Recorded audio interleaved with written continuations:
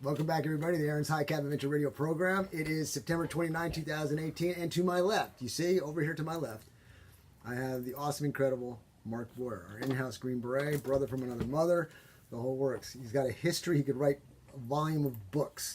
But it's classified, so don't ask. Yeah, you'd have to kill me if you told me, right? Yeah, depends how much. Never mind. Okay, let's get the mic right. Let's make All right, sure we've let's got do a that. good voice here.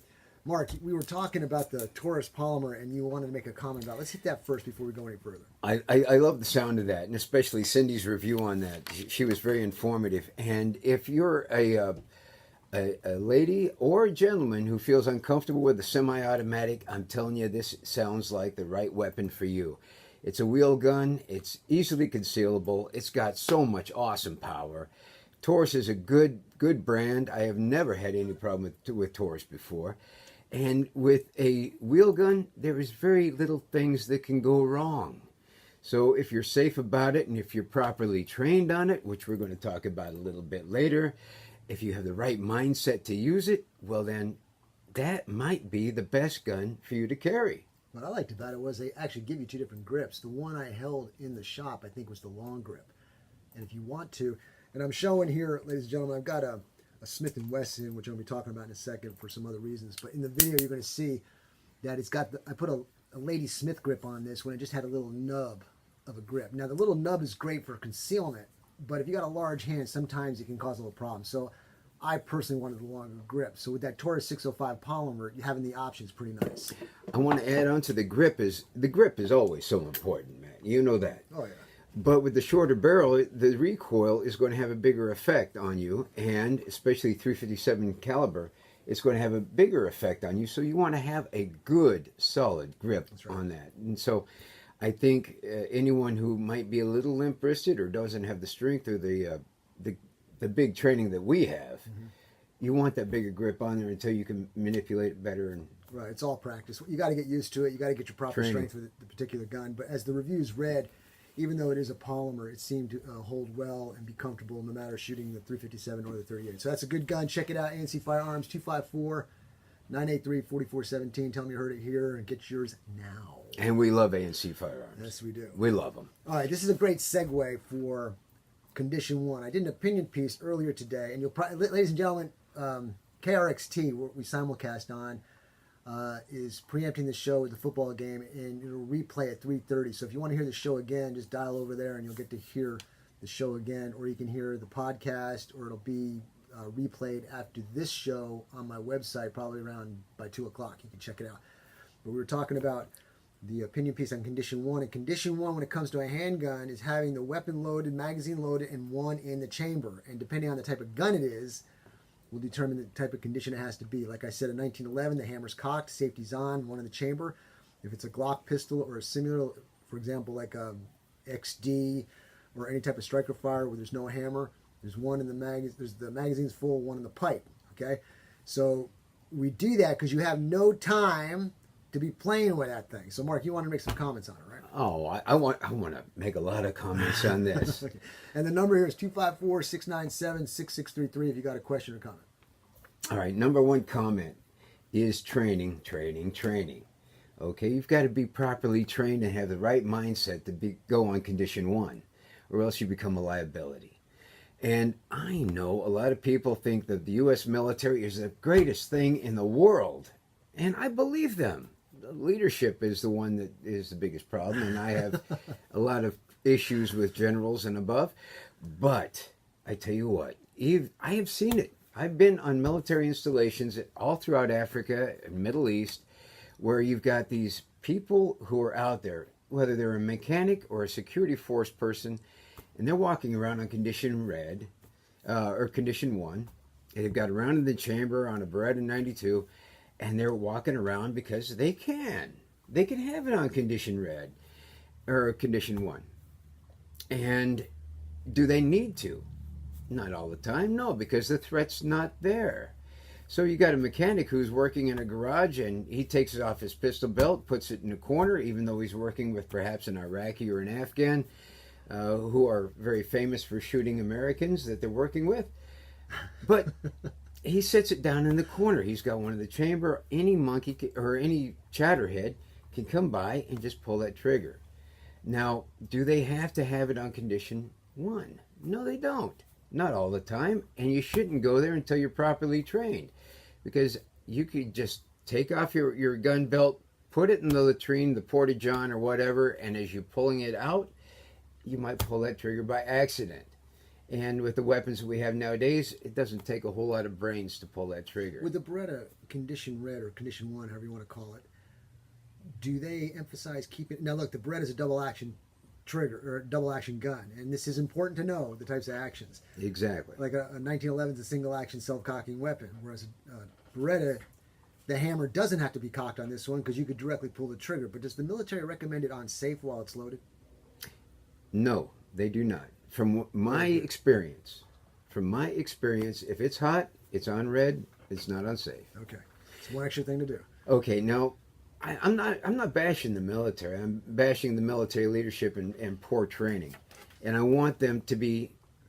I love the military, and one of the biggest issues I ever get when I'm with the military is that I try to help them so much that I ruffle their ego feathers, and they say, "Oh, well, you're a contractor and you don't know what you're talking about," even though I've got 30 years and I got more combat time than these guys got in service. But now let's get to the civilian aspects of that. We've got a lot of civilians carrying around on condition one, where sometimes they're in a hurry. They don't have the proper holster to retain that weapon, even though it's on condition one. So they'll just grab it and they'll shove it in their waistband. And luckily, they don't get it hung up on a belt loop or a key ring or something like that, because as you're pushing the weapon down into your waistband, the trigger is also facing down, where if it does hang up on something, that trigger gets pulled back and bam, you just shot yourself in the keister, to put it politely. Now, I will make a comment on that. I totally agree with him. If you have one of these polymer holsters, let's just say like a Serpa type of holster, where it's conformed perfectly to the gun and it's meant to go in there in that way where the gun is loaded, one in the chamber, it's going to slip right in, and the chance of it happening is very slim. But when Mark's talking about is if it's going in your pants, that's why I'll never carry a Glock pistol in the appendix carry. I care too much what I have. Okay, so I invented the Trigster, which goes over the trigger guard, the trigger, so that can't happen. But that's a different story. So you have to watch and be careful, like Mark's saying. You got to be trained to know what you're doing. Training all the time and know your weapon. Like you're always talking about what is the action on your weapon. You got to know that stuff. I know a lot of chuckleheads who go out there and they get these $500 trigger jobs so that they can just blow on their trigger and it goes off. Do you really want to put that in your waistband? Not really, no. I don't think so. And if you just do proper training with your finger and your trigger finger especially, then why do you need a trigger job like that? It has its applications for competitions and all that kind of stuff. I can totally dig. Like for example, I've got a 7.62 by 39 AR, and I had a stock trigger in it, but I'm using that for a precision rifle to do some accurate shots in close quarter. So I said to myself, I'm going to put one of my 2-stage triggers in it instead. So it has an application. A person with a hair-breathing trigger, it'd be great for a competition so that gun doesn't move, but out in a self-defense mode, no sir. You need a 3 to 5 pound trigger. You just said a key word, self-defense mode. That's why we're carrying these weapons in the first place, right? That's right. So now in a self-defense mode, when you got the adrenaline rush and the fear factor coming in, the tunnel vision and your rapid breathing, all of a sudden that hair trigger is no trigger at all. That's right. You just shot yourself in the ass before you even pulled it out of the holster. That's right. So think about what you're doing, and key thing, bottom denominator on all this action is training. That's right. And training. And we fall back on our mathematical equation. Mindset plus mechanics. Mechanics being understanding how to use your weapon and how to draw it from your holster and applying it equals the response time. The more Responsibility. The more you practice, the more response time you'll have. Okay. Now Yeah. I had something here. I wrote down a note here. I was reading some studies on weapons loaded and being unsafe, and they were doing studies from the Civil War saying when in combat or something, it seems to be reduced down to one step a soldier can do because of the chaos going on. Absolutely. They load it, take it off safe, do all this. Too many mechanical options. So what I've done based on those studies, I either keep my weapons loaded on safe or not chambered on fire. So I'll give you an example. if I have a weapon in the safe, it may have a mag ready to go, nothing in the chamber, but the weapon's not on safe. So all I got to do is put the ammunition in a rack and it's ready to go. But if I have one in the chamber, then of course I got to have the gun on safe. So it depends on what you're going to do. So if you want to make your lifestyle where the weapon's always on safe and you got one in the chamber, or the chamber's always empty and I have it off safe, you need to make that choice. But I highly recommend, if you're going to be actually using the firearm for self-defense and it's in your possession, if you don't have one in the chamber, you're foolish. And Matt, on the top of that, man, you got to train like you fight. You can't mix apples and oranges back and forth. If you're getting this weapon and you're carrying it for self-defense, if you're at a traffic stop, if you're in the mall shopping, if you're walking out of a grocery store to your car, you got to train like you fight. And you can't mix apples and oranges. If you're going to carry one weapon constantly, then carry that one weapon and train with it constantly the way you're going to actually engage your target. Yeah, And, wait, let me follow up on that. If Yeah. you don't carry one weapon, you need to do the round robin competition, because I don't carry the same weapon, but I'm proficient in every one of them because I understand trigger resets, I understand actions, I'm familiar with firearms, I've practiced, I know what I'm doing, so I can do that. But if you're going to carry multiples, you better understand your firearms and what each and every one of them can do, and you need to know what you can do with that firearm in the range under a stressful situation. And that goes to training, man. That goes to training, and you shouldn't be carrying a weapon if you're not training with that weapon. I learned a valuable lesson when I was going through the cancer stuff. All the doctors said, hey, if you don't use it, you're going to lose it. It's the same thing with proficiency with a firearm. And it's one of the quickest things to lose, too. Absolutely. You got to have the mindset for it. And when you go to the range, if you're going self-defense, you can't just be shooting paper targets. You got to shoot visual. You got to figure out, when you pull that trigger, you're going to end up immediately, stopping the fight. You're not going to kill anybody. You're going to just stop the aggression. That's right. Your intent is to stop the aggression, but you gotta train as though your first shot will do it. Obviously, it's not always going to happen, and you're prepared for that in your training, and you do follow-up shots if necessary until the point when the threat has been stopped. You got follow-up shots, yeah, but we got these chuckleheads out there that say, well, I got 19 rounds in my magazine. I can shoot this guy 19 times. Well, yeah, if you got to shoot a guy 19 times, the first 2 are for you. The rest of them are just for giggles. Fun, just for giggles. That's Yeah, right. Okay. whatever. But I'm not condoning that, people. I'm not condoning that. I have not done that.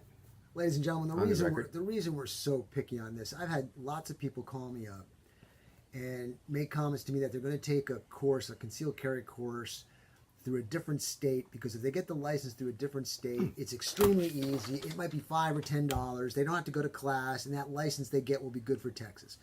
Well, the problem I got with that is twofold. One, you didn't do anything to practice, so I know where your mindset is already. And two, if you get a license from a different state, doesn't mean the laws apply here in the state of Texas. That's why if somebody comes to me and say, look, if you've taken a class from somebody else, I'm not going to qualify you with a firearm. I'm not going to do it. Go somewhere else. I'm telling you right now. I want to see you. I want to see your mindset, and I got the right to do that. If I don't want to train you, I don't have to, and I don't have to qualify you. So if you come to me and say, well, I'm a police officer, I don't have to shoot, I say, well, go somewhere else because I don't want you, okay? I want to see what you're doing. I've seen too many law enforcement officers and too many military personnel who do not know what they're doing. Chris White, Sheriff, Milam County, Incredible. excluded. He did pretty darn good, and I was surprised. He's incredible. Compliments to the Milam County Sheriff. He was shooting better with my gun than I ever have. I'm upset about that. I was impressed, man. I was impressed. I didn't know what to expect, and then when he did that, and he actually cleared a malfunction or two, which under a time restraint and stress, he did pretty good. So And he still had a tight shot group. He still hit all of his targets. He was incredible. Okay. I got to tell you, though, Matt, one thing that we're missing is the responsibility. The responsibility, if you're going to use this weapon in a self-defense situation, you are taking somebody's life. And that is something that we have to consider that. And when you go out there and say, well, I don't really want to go to a concealed weapons class or an LTC class this weekend, I can get by without it. You're showing how irresponsible you are. And you got a class coming up on October the 6th. You've still got open slots. And you are the best concealed weapons guy I've ever met in my life. You know, usually I argue with you, but I think I'll just shut up on this one. You should. You should. Because I'm packing right now. Okay. But I tell you what, man. If you're an owner, you inherently have this responsibility that you have to be trained to carry that weapon responsibly. You've got to do this. Is that anybody for us? Okay. So for people to just say, I don't need the training, I got the weapon in my bedroom closet. Well, you're a chucklehead. Get responsible. Get proper training so you can carry that weapon. And I'll make a comment to all you people who are nervous. Man, it's fun. You get to one of my classes, and once you initially get over the shock of what I look like, you know, you're gonna have a great time. It's a lot of fun. And we all help each other. That's right. It's a family. It's all family. So It's you'll have a great. good time. Okay, wow. What else did you have out here? Because we're running out of time. We need to- okay. Yeah, I had Hold a on, we got a call. Let me transfer you. We got a call on the line. Welcome to the show, Aaron's High Cap Adventure Radio program. You are on the air. Who am I talking to? Hello. Hey, this is Chris. Thanks for those kind words, and I would say that shootout program that you do is really beneficial. Wow, thank you very much, Chris. I'm telling you, I was impressed. I was seriously Well, impressed. I'm still appreciate it. upset. I wasn't that good, but I do appreciate it. You know, there's another one coming up on the 12th, and you know you're only a trigger pull away from winning the prize, and we got another M4 up for grabs. If that gentleman from Rockdale is going to be there, I don't think I can beat him. Oh, come on now! Don't Hey. be saying that. Hey, Chris, while you're on the phone, man, I just wanted to applaud you for being law enforcement and actually coming out, setting the example for other people to follow up with proper training and being responsible. I'm sure a lot of your deputies or your constables, they probably look at you and say, yeah, I need to do that. And you're instilling competition within the agency. That's brilliant, man. Well, Thank you. It is a great competition, and you are learning a good skill set there. So I do applaud that program, and I'll be back. Hey, one other thing, I will Chris. be trying. One other thing, we had a few guys, you know, usually are pretty good, but they choked, and we had another individual who was just coming up through the ranks of learning how to shoot and all that, and had a spectacular day, and ended up beating the people that you would think should win, but didn't. So you know, Yeah.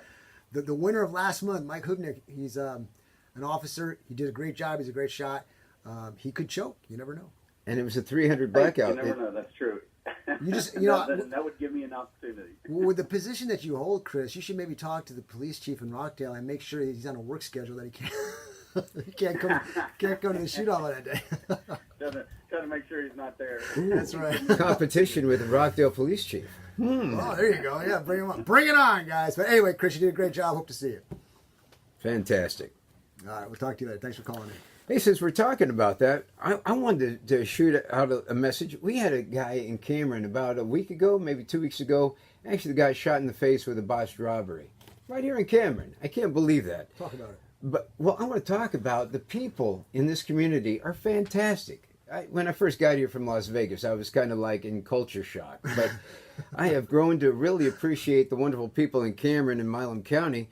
And if you witness a crime, or if you know of a crime, we got this cool thing called Milam County Crime Stoppers, and the phone number is 1-888-697-TIPS or 8477. Man, if you're not part of the solution, You're part of the problem. you're part of the problem. So if you know this activity is going on, make that anonymous call to the Crime Stoppers Network. Give them some information so they can get this scum and this garbage off our streets.